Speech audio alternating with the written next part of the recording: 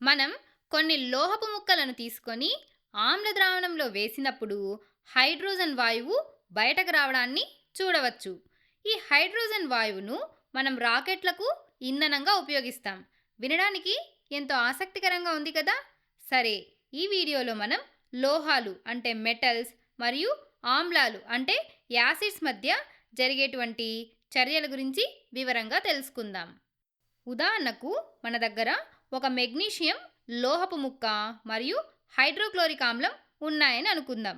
Magnesium అనేది ఒక లోహం, హైడ్రోక్లోరిక్ ఆమ్లం అనేది ఒక ఆమ్లం. ఇవి రెండు ఒకదానితో ఒకటి చర్య జరిపినప్పుడు ఏం జరుగుతుందో చూద్దాం. మెగ్నీషియం చాలా చురుగ్గా ఉంటుంది.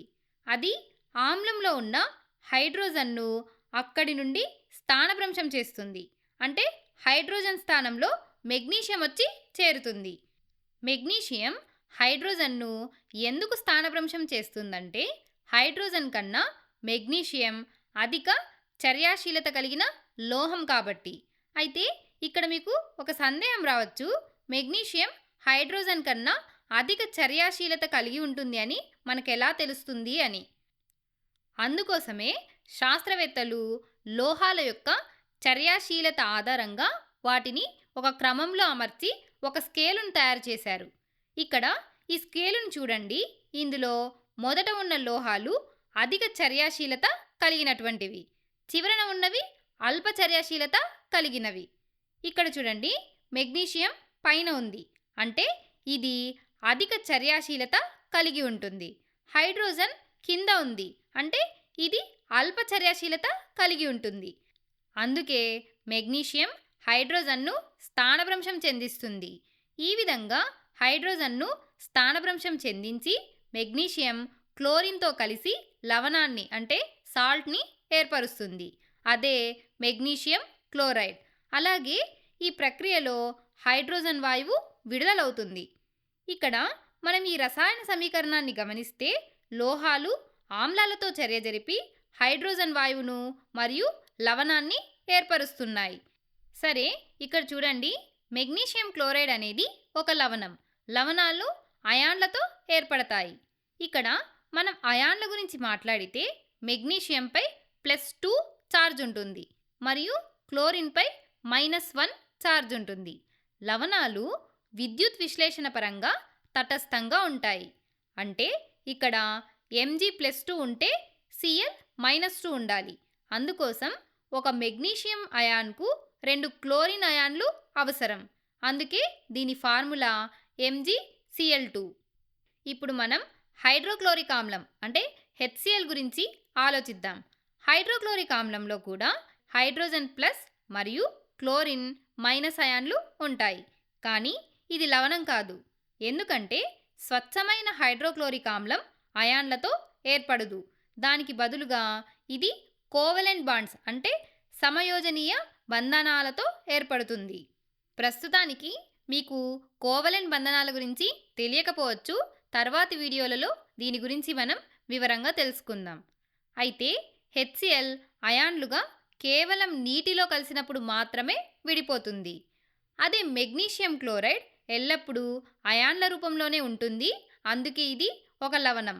సరే, ఇప్పుడు మనం మరో ఉదాహరణ చూద్దాం. ఈసారి మనం జింక్ లోహాన్ని తీసుకుందాం.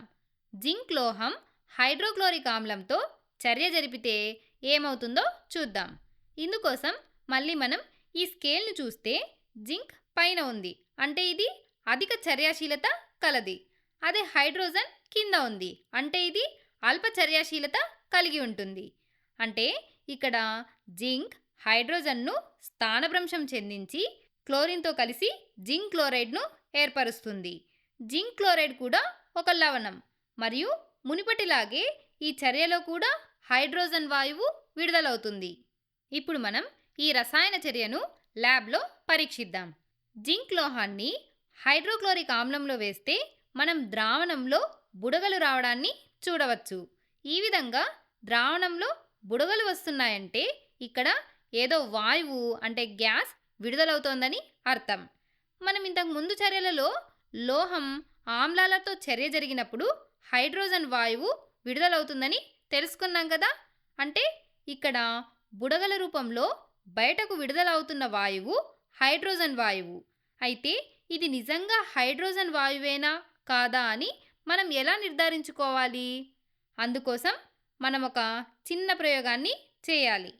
అయితే ప్రయోగం ద్వారానే ఎందుకు నిర్ధారించాలంటే ఈ హైడ్రోజన్ వాయువుకు రంగు మరియు వాసన ఉండవు. ఇంకా ఆక్సిజన్ మరియు కార్బన్ డయాక్సైడ్ వంటి ఇతర వాయువులకు కూడా రంగు మరియు వాసన ఉండదు. కాబట్టి ఈ అన్ని వాయువులో హైడ్రోజన్ వాయువును గుర్తించడానికి మనం ఒక ప్రయోగం చేయాలి. అదే అగ్గిపుల్ల ప్రయోగం. ఇందుకోసం నేను హైడ్రోజన్ వాయువును టెస్ట్ ట్యూబ్లో తీసుకున్నాను. ఇప్పుడు ఈ టెస్ట్ ట్యూబ్ దగ్గరకు వెలుగుతున్నటువంటి ఒక అగ్గిపుల్లను తీసుకువస్తాను. అప్పుడు ఇది ఒక చిన్న పేలుడు శబ్దం, అంటే ఒక పాప్ సౌండ్ చేస్తూ ఆరిపోతుంది. ఆ శబ్దం ఎలా ఉంటుందో ఇప్పుడు నేను మీకు వినిపిస్తాను, వినండి. సరే, ఈ శబ్దాన్ని ఇంకోసారి వినిపిస్తాను, వినండి. ఈ శబ్దం హైడ్రోజన్ వాయువు యొక్క ఉనికిని సూచిస్తుంది. అయితే ఈ హైడ్రోజన్ వాయువు ఎందుకు పాప్ సౌండ్ చేస్తుందంటే హైడ్రోజన్ వాయువు చాలా దహనశీలమైనది, అంటే హైలీ ఇన్ఫ్లేమబుల్. దీనిని మండించిన వెంటనే అది గాలిలోని ఆక్సిజన్తో చర్య జరుపుతుంది. ఇలా హైడ్రోజన్ ఆక్సిజన్తో చర్యను జరిపి నీటిని ఇస్తుంది. ఈ రసాయన చర్యలో ఉష్ణం విడుదలవుతుంది. ఈ ఉష్ణం టెస్ట్ ట్యూబ్లోని గాలిని వేడి చేస్తుంది. ఇలా వేడెక్కిన గాలి వ్యాకోచించి టెస్ట్ ట్యూబ్ నుండి బయటకు వచ్చి బయట ఉన్న గాలిని తాకినప్పుడు అది చిన్నపాటి పేలుడు వంటి శబ్దాన్ని, ఇలాంటి పాప్ సౌండ్ వస్తుంది. ఇది హైడ్రోజన్ వాయువును గుర్తించే పద్ధతి. ఇప్పటి వరకు మనం ఏం నేర్చుకున్నాం? లోహాలు ఆమ్లాలతో చర్య జరిపినప్పుడు లవణాలు మరియు హైడ్రోజన్ వాయువును ఇస్తాయని నేర్చుకున్నాం. దీని ద్వారా మనం ఏం చెప్పవచ్చు? సాధారణంగా ఒక లోహం మరియు ఆమ్లం చర్య జరిపినప్పుడు లవణం మరియు హైడ్రోజన్ వాయువును ఇస్తాయని చెప్పవచ్చు. ఇది ఒక సాధారణ సమీకరణం. కానీ గుర్తుంచుకోండి, అన్ని ఆమ్లాలు అన్ని లోహాలతో ఇలాగే స్పందించవు. ఉదాహరణకు నైట్రిక్ ఆమ్లం అన్ని లోహాలతో హైడ్రోజన్ వాయువును ఇవ్వదు.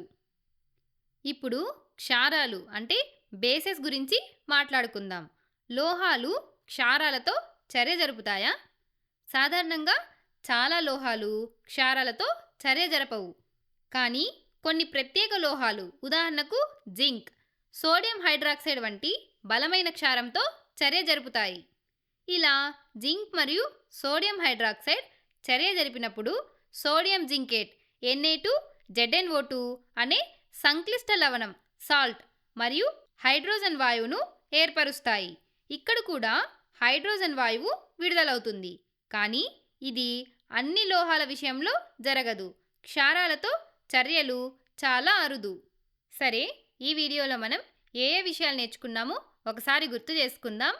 ఆమ్లాలు లోహాలతో చర్య జరిపి లవణాన్ని మరియు హైడ్రోజన్ వాయువును ఇస్తాయని తెలుసుకున్నాం. ఈ విడుదలైన వాయువు హైడ్రోజన్ అని పాప్ సౌండ్ పరీక్ష ద్వారా తెలుసుకోవచ్చు.